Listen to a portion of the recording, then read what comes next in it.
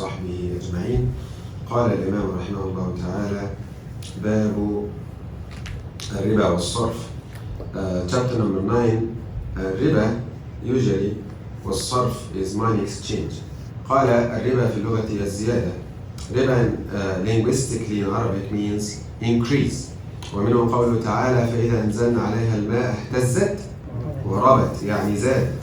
When we send down on it means on earth water, it is shaking and increasing, means getting its plants.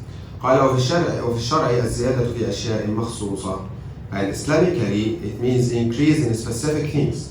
وهو محرم بالكتاب والسنة والإجماع والقياس الصحيح. And definitely it's one of the biggest sins in Islam through the Quran, Sunnah, and Ijma' agreed upon, and clear similarity. From the Quran, Allah subhanahu wa ta'ala said: وَحَرَّمَ الرِّبَا. أحل الله البيع وحرم الربا. So Allah subhanahu wa ta'ala forbade riba. والسنة في مثل الحديث الذي لعن به صلى الله عليه وسلم آكل الربا وموكله وشاهده وكاتبه ومتفق عليه.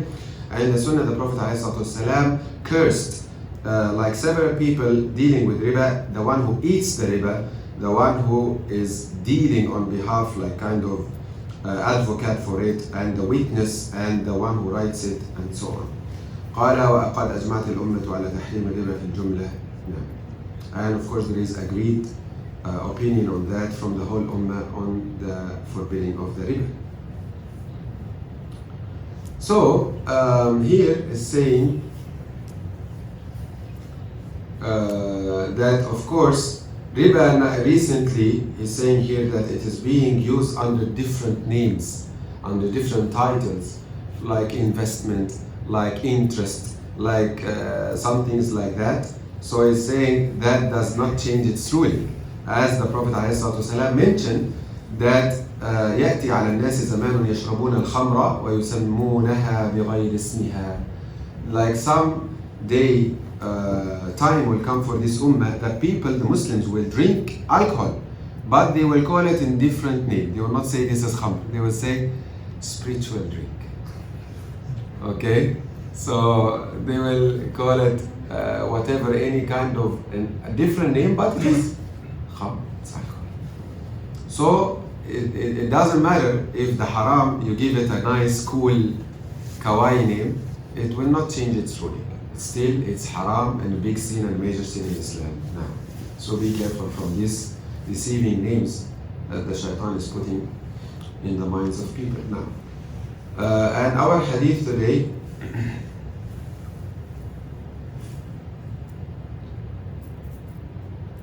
قال الحديث السبعون بعد المئتين. حديث number 270 عن عمر بن الخطاب رضي الله عنه أنه قال: قال رسول الله صلى الله عليه وسلم: الذهب بالذهب ربا إلا هاء وهاء، والفضة بالفضة ربا إلا هاء وهاء، والبر بالبر ربا إلا هاء وهاء، والشعير بالشعير ربا إلا هاء وهاء. البخاري ومسلم. What does it mean?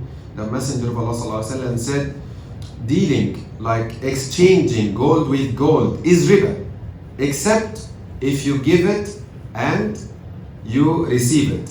Means if you took your product you need to buy and you give the exchange one you need to pay, everyone took it in the same meeting, then that is the only exception from riba.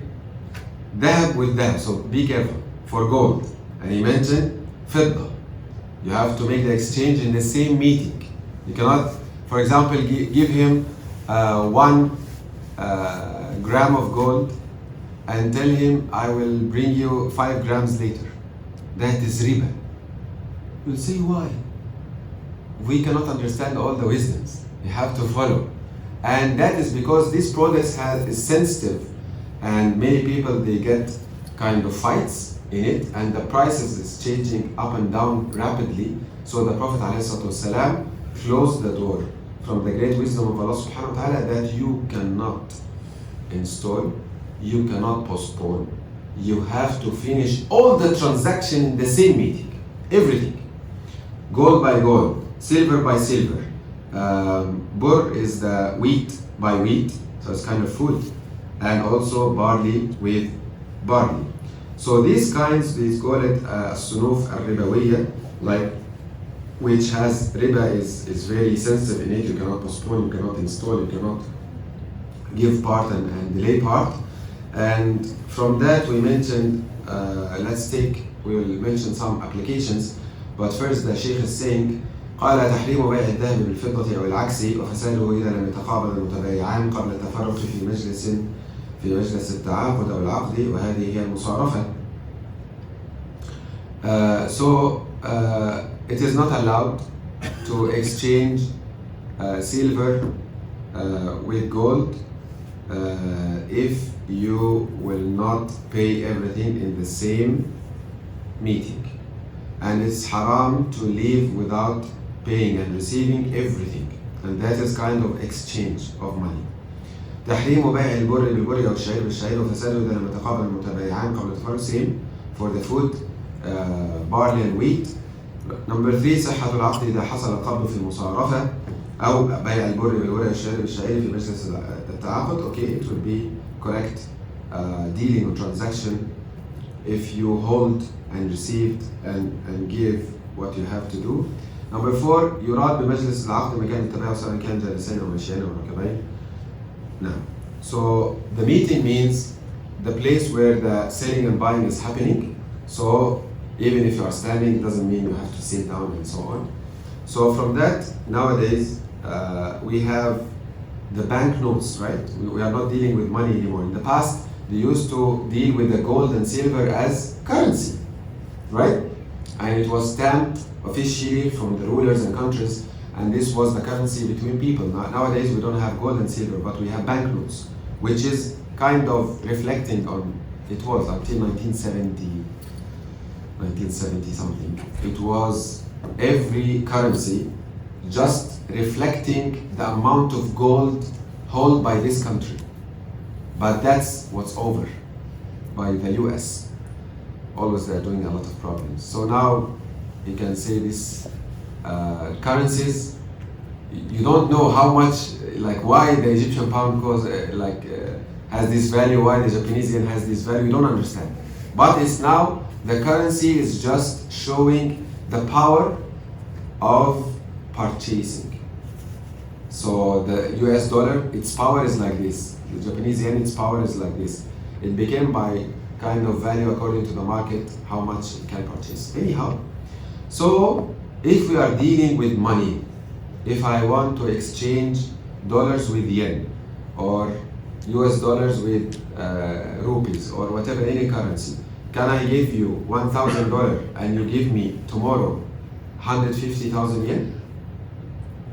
What do you think? No. That is riba. That is riba, which is happening a lot between people. Like, okay, we agreed on the price. Wallahi, even if you agreed on the price, and you say it will be like 143, bring it tomorrow, riba. And the Prophet ﷺ said, it is riba unless you give and receive. So we have to say, سمعنا وأطعنا. You cannot say, oh, I will not have different opinions with this brother. Okay? Then you'll find people are doing terrible things. If he is in favor, he will pass it. No problem.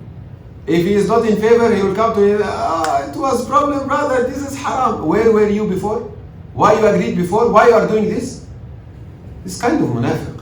This kind of showing how people are just taking their favors in the dealings.